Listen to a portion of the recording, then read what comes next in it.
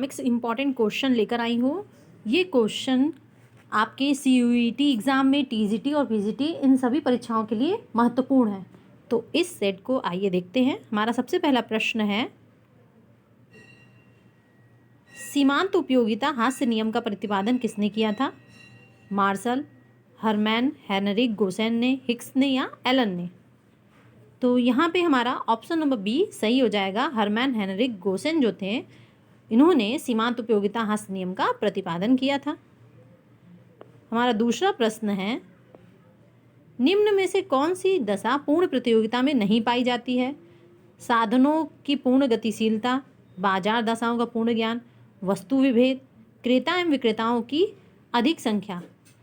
तो इसमें से ऑप्शन नंबर जो सी हो जाता है, ये हमारा पूर्ण प्रतियोगिता में नहीं पाया जाता है। बाकी सारी चीज़ें दशाएं जो हैं वो पूर्ण प्रतियोगिता में पाई जाती हैं। हमारा अगला प्रश्न है, एकाधिकार प्रतियोगिता का विचार सर्वप्रथम किस अर्थशास्त्री ने दिया? श्रीमती जॉन रॉबिन्सन ने, प्रोफेसर मेयर्स ने, प्रोफेसर वाग ने या प्रोफेसर चैम्बरलिन ने?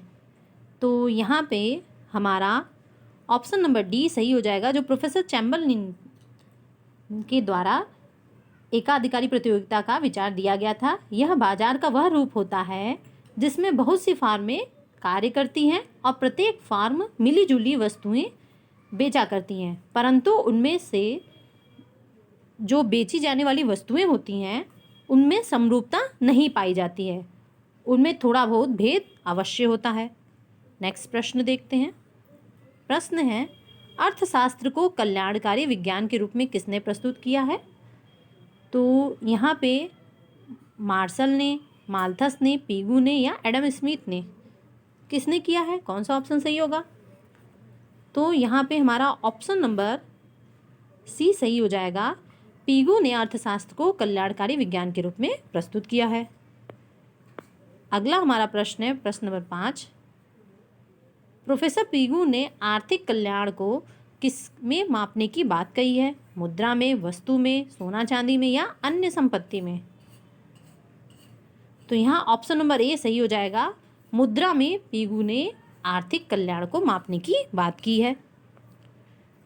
हमारा छठवां प्रश्न है, भूमि की समग्र पूर्ति होती है पूर्णतः लोचदार, आंशिक लोचदार, पूर्णतः बेलोचदार या आंशिक बेलोचदार? तो यहाँ पे हमारा ऑप्शन नंबर ये जो बी है सही हो जाएगा। यहाँ पे बी और यहाँ पे सी होना चाहिए था, लेकिन थोड़ा नंबरिंग में, प्रिंटिंग में मिस्टेक हो गया है। तो जो भूमि की समग्र पूर्ति होती है वो क्या होता है? पूर्णतः बेलोचदार होता है। यानी भूमि की जो मात्रा है वो बढ़ाई या घटाई नहीं जा सकती, प्रकृति के द्वारा जितनी मिली है उतनी ही रहती है। नेक्स्ट है, श्रम की उत्पादकता बढ़ाने पर उसका मजदूरी स्तर घटेगा, स्थिर रहेगा, बढ़ेगा या अपरिवर्तित रहेगा? तो जो श्रम की उत्पादकता बढ़ती है तो यहाँ पे मजदूरी का स्तर भी क्या होने लगता है? तो बढ़ने लगता है, यानी बढ़ेगा। नेक्स्ट प्रश्न है हमारा, निम्न में से किसे उत्पत्ति का साधन नहीं माना जाता? श्रम, पूंजी, भूमि या पानी? तो उत्पत्ति का साधन तो आपको पता ही है, श्रम भी होगा, पूंजी भी होगा और भूमि भी होगा। तो यहाँ हमारा ऑप्शन नंबर डी गलत हो जाएगा। नेक्स्ट है, भारत में सेवा कर पहली बार कब लगाया गया था? तो भारत में सेवा कर जो है पहली बार 1999 से 2000, 1994 से 95, 1996 से 97 या 1990 से 91? कौन सा ऑप्शन सही होगा? तो यहाँ पे हमारा ऑप्शन नंबर बी सही हो जाएगा। 1994 से 95 में भारत में पहली बार सेवा कर लगाया गया। नेक्स्ट है, जिस कर का दबाव हर एक व्यक्ति, यहाँ पे हर की जगह क्या होगा? भार होगा। जिस कर का दबाव एवं भार एक ही व्यक्ति पर पड़े उसे कहते हैं प्रत्यक्ष कर, अप्रत्यक्ष कर, बहुकर या प्रगतिशील कर। तो यहाँ हमारा ऑप्शन नंबर ए सही हो जाएगा। प्रत्यक्ष कर का भार और दबाव एक ही व्यक्ति पर पड़ता है। नेक्स्ट है, निम्नलिखित में से किसने कृषि जोत पर कर की वकालत की थी? प्रोफेसर राजकृष्णा ने, प्रोफेसर के.एन. राज ने, प्रोफेसर B.K.R.V. राव ने या फिर प्रोफेसर A.K. सेन ने। किसने की थी? तो यहाँ पे जो है हमारा ऑप्शन नंबर बी सही हो जाएगा। Professor K. N.. राज ने कृषि जोत पर कर की वकालत की थी। नेक्स्ट प्रश्न देखते हैं।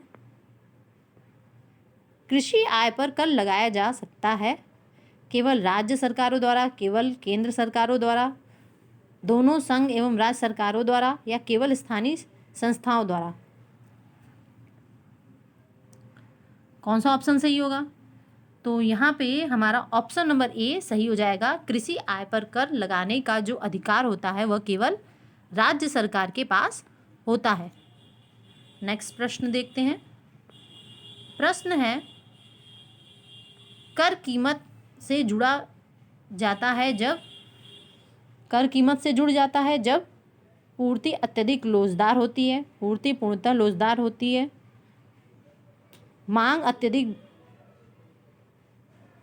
यहाँ बेलोचदार होगा, और मांग अत्यधिक लोचदार है। कौन सा ऑप्शन सही होगा? तो यहाँ पे हमारा ऑप्शन नंबर बी सही हो जाएगा। जब पूर्ति पूर्णतः लोचदार होती है तब कर कीमत से जुड़ जाता है। नेक्स्ट प्रश्न है, कार्बन कर किसके विक्रय पर लगाया जाता है? हीरा, जीवाश्म ईंधन, कार्बन डाइऑक्साइड या गन्ना?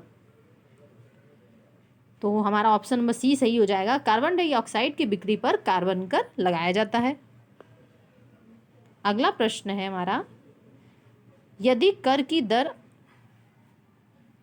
सभी आय वर्गों के लिए समान हो तो वह कर होगी प्रगतिशील, प्रतिगामी, आनुपातिक या उपयुक्त सभी? तो यहाँ पे हमारा ऑप्शन नंबर सी सही हो जाएगा, अनुपातिक होगा। अनुपातिक कर प्रणाली में सभी आयों पर एक दर से कर लगाया जाता है और इसका करदाता की आय से कोई संबंध नहीं होता है। इस विधि से देय कर राशि की गणना मूल कर की दर से गुणा करने पर प्राप्त की जाती है। तो वीडियो अच्छा लगे तो लाइक करें, शेयर करें और हमारे चैनल को सब्सक्राइब करें।